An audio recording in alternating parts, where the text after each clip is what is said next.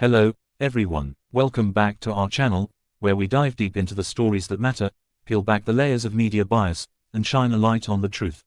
Today, we're tackling a topic that has sparked heated debates and captured global attention: the relentless media scrutiny faced by Meghan Markle. Specifically, we're breaking down British radio host Nick Ferrari's sharp criticism of Meghan's inspiring speech at the One Young World Summit. Was his critique valid, or does it reveal something deeper about how the media unfairly portrays Meghan? This video isn't just about analyzing one moment of media backlash. It's about uncovering the broader pattern of bias and double standards Meghan has faced for years. From accusations of self-centeredness to dismissing her advocacy work, there seems to be a deliberate effort to overshadow her positive impact. But is this criticism really about Meghan, or does it reflect a deeper discomfort with her breaking boundaries and redefining what leadership looks like in the modern world? We'll dive into Ferrari's comments, Meghan's speech, and what it all says about the media's treatment of her and Prince Harry. So, grab your coffee, tea, or whatever you like to sip on while we unpack the truth behind the headlines. Whether you're a fan of Meghan and Harry or just curious about how media narratives are shaped, this is a discussion you won't want to miss.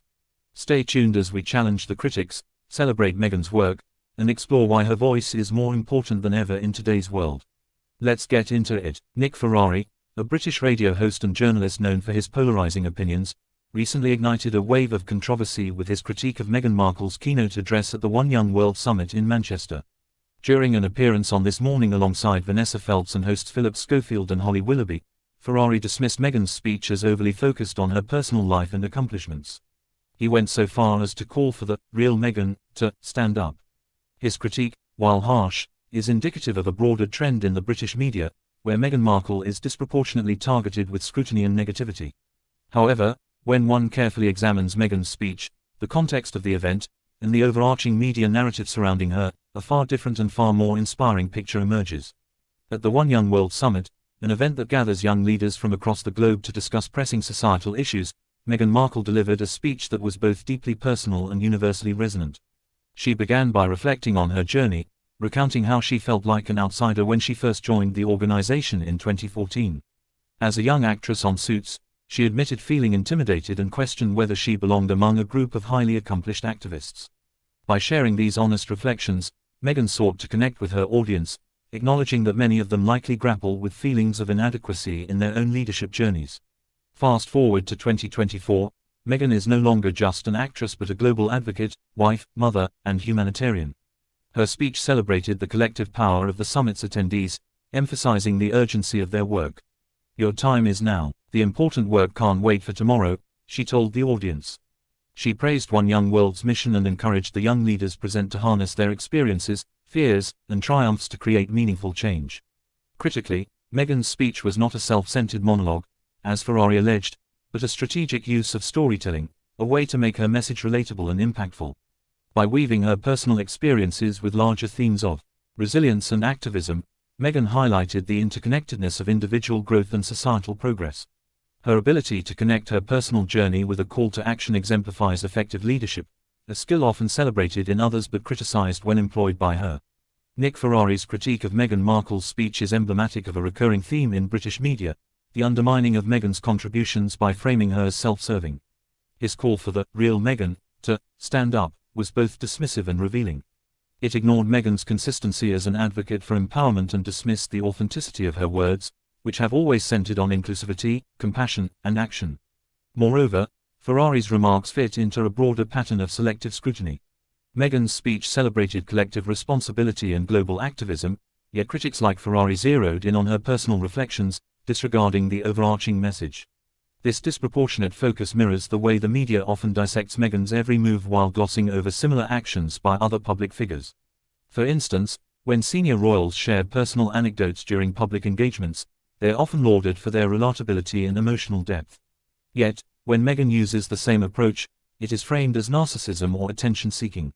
This double standard is not only unfair but also serves to delegitimize her contributions, perpetuating a narrative that diminishes the impact of her work. It is important to recognize the value of storytelling as a leadership tool.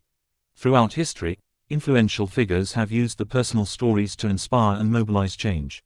Malala Yousafzai, for example, frequently recounts her harrowing experiences under the Taliban to advocate for girls' education. Similarly, Former President Barack Obama often reflected on his upbringing and challenges as a biracial child in America to connect with diverse audiences and promote unity. Meghan Markle's speech at the One Young World Summit aligns with this tradition. By sharing her vulnerabilities and moments of growth, she created a narrative that young leaders could see themselves in. Her speech wasn't about self-promotion, it was about demonstrating how personal experiences can fuel passion and drive action. Critics like Nick Ferrari, however, choose to interpret this as egocentrism, revealing their unwillingness to extend the same grace to Meghan that they afford to others. Nick Ferrari's critique cannot be viewed in isolation. It is part of a broader campaign within segments of the British media to tarnish Meghan Markle's reputation. This campaign often involves distorting her intentions, casting doubt on her authenticity, and framing her every move as calculated. Whether it's her speeches, her philanthropic initiatives, or even her personal choices, Meghan is subjected to a level of scrutiny that is rarely applied to her peers. For example, while Meghan's keynote address was dissected for perceived self-centeredness, speeches by other royals that include personal anecdotes are celebrated as heartfelt and inspiring. This selective outrage highlights the media's bias and its role in shaping public perception. The narrative around Meghan often focuses on perceived flaws rather than acknowledging her positive contributions, perpetuating a cycle of negativity. Despite relentless criticism, Meghan and Prince Harry remain steadfast in their commitment to advocacy. The One Young World Summit is just one example of the dedication to empowering young leaders and addressing global challenges. Through their Archwell Foundation, the couple has championed causes such as mental health, gender equality, and social justice, often bringing attention to underrepresented voices. Their decision to step back from royal duties has allowed them to focus more fully on their philanthropic efforts. While this move has drawn backlash, it has also enabled them to make a meaningful impact on their own terms. Meghan's ability to connect personal experiences with broader societal issues continues to resonate with audiences worldwide, even as critics attempt to diminish her efforts. The disproportionate criticism of Meghan Markle, exemplified by Nick Ferrari's remarks, underscores the need for a more balanced and fair approach to media coverage. By fixating on perceived shortcomings, critics obscure the substance and significance of Meghan's work. It is essential to challenge these biases and recognize the value of her contributions to global conversations about leadership, equality, and social change. The media's treatment of Meghan also raises broader questions about the role of the press in shaping public discourse.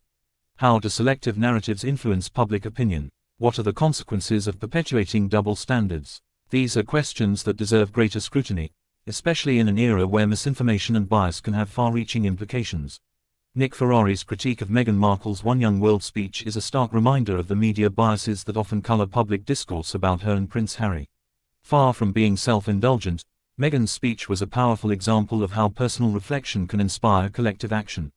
It was a heartfelt call to young leaders to embrace the potential and tackle global challenges with urgency and determination. As Meghan and Harry continue their advocacy, it is crucial to focus on the substance of their work rather than the distractions of media narratives. Their story is one of resilience, authenticity, and a commitment to making a difference, qualities that deserve recognition, not derision. By challenging the biases that overshadow their contributions, we can better appreciate the positive impact they continue to have on the world.